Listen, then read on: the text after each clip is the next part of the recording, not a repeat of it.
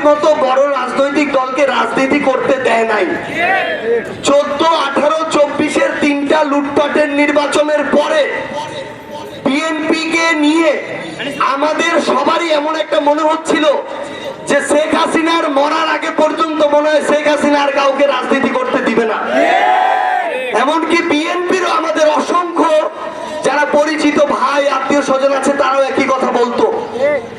সন্দেহ তৈরি হয়েছিল আমাদের 23 অক্টোবরের 28 তারিখের যে বিএনপির বিশাল বড় মহাসমাবেশ সেটা যখন সফল হলো না, বিএনপির মধ্যেও সন্দেহ তৈরি হয়েছিল যে আদৌ কি আমরা এই স্বৈরাচারকে হটাইতে পারবো কি পারবো না।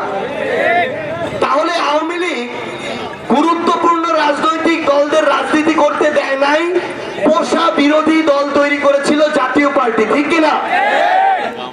2 বছর যেতে না যেতেই পোষা বিরোধী দলের কোনো অস্তিত্ব নাই।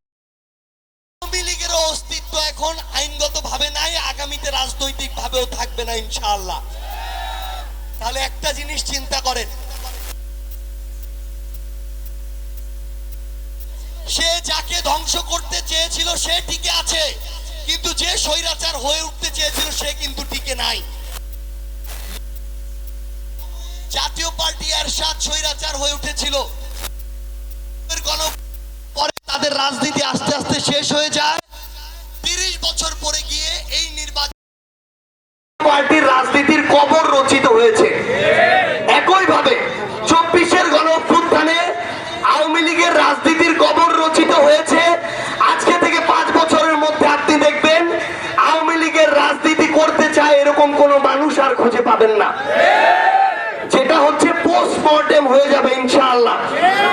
এখন বিএনপি তো 16-17 বছরের জুলুমের শিকার। বিএনপির এই সিলেটের ইলিয়াস আলী ভাই 12 সালে গুম হয়েছে, 14 বছর গিয়েছে, তার ফ্যামিলি তার মুখ দেখে নাই। এই পৃথিবীতে তার কোনোদিন ওই ফ্যামিলি তার মুখ দেখবে এই সম্ভাবনাও নাই। তাহলে যেই দল গুমের শিকার, খুনের শিকার, মিথ্যা মামলার শিকার, হামলার শিকার, যেই দল 17 বছর জুলুমের শিকার, যেই দল আমার সাথে জুলাই একসাথে আন্দোলন করলো, সেই দল যদি নতুন করে স্বৈরাচার হয়ে উঠতে চায়, আমরা বলে দিচ্ছি আমরা সেই দলকে স্বৈরাচার হইতে দিব না। এটার জন্য সেই দলের প্রধানমন্ত্রী হোক, মন্ত্রী হোক, এমপি হোক, যে যেই কাজ করবে যদি সেটা সমালোচনার হয়, যত বড় ক্ষমতাসীন হোক, আমরা তার বিরুদ্ধে সমালোচনা করব ইনশাআল্লাহ।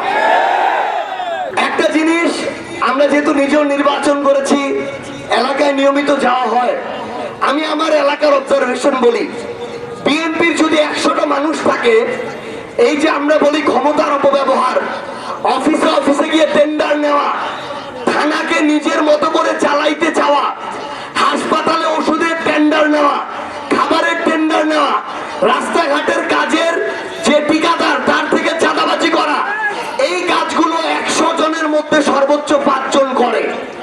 এখন আমার বিএনপির বাকি 95 জন ভাইয়ের কাছে প্রশ্ন, ওই 5 জনের জন্য আমার হাসপাতালে আমরা চিকিৎসা পাই না, আমরা শিক্ষা প্রতিষ্ঠানে শিক্ষা পাই না, আমার রাস্তা নষ্ট হয়ে যায়, আমার প্রত্যেকটা জায়গায় লুটপাট হয়, চাঁদাবাজি হয়, আপনি 95 জন কেন ওই 5 জনের কুকর্মের দায় নিবেন?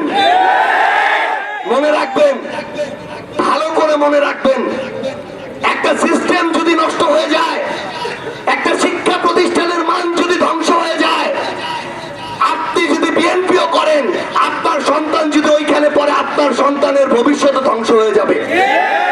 সরকার তো বিএনপির জন্য আলাদা স্কুল বানায়নি যে ওইটার মান সবচেয়ে ভালো, ওইখানে খালি বিএনপির সন্তানরা পড়বে, এরকম আছে নাকি? তাহলে কেন মাত্র 5-10টা লোককে আপনারা এই লুটপাট করতে দিবেন? আমরা হবিগঞ্জ, মৌলভীবাজার পাশাপাশি 2টা জেলায় গিয়েছি। মৌলভীবাজার জেলার ছাত্র দল আমাদের সাথে এসে দেখা করেছে, শুভেচ্ছা জানিয়েছে, কোন সমস্যা হলে তারা সবসময় থাকবে এটা জানিয়েছে এবং তারা চেষ্টা করেছে। হবিগঞ্জে আমরা কি দেখলাম? হবিগঞ্জে দেখলাম আমাদের উপরে হামলা করা হলো। নাসিরউদ্দিন পাটোয়ারি সমালোচনা করেছে, হয়তো কঠোর ভাষায় করেছে, কিন্তু আপনি এটা তো আশা করতে পারেন না সার্জিস আলমের সমালোচনার ভাষা যেটা হবে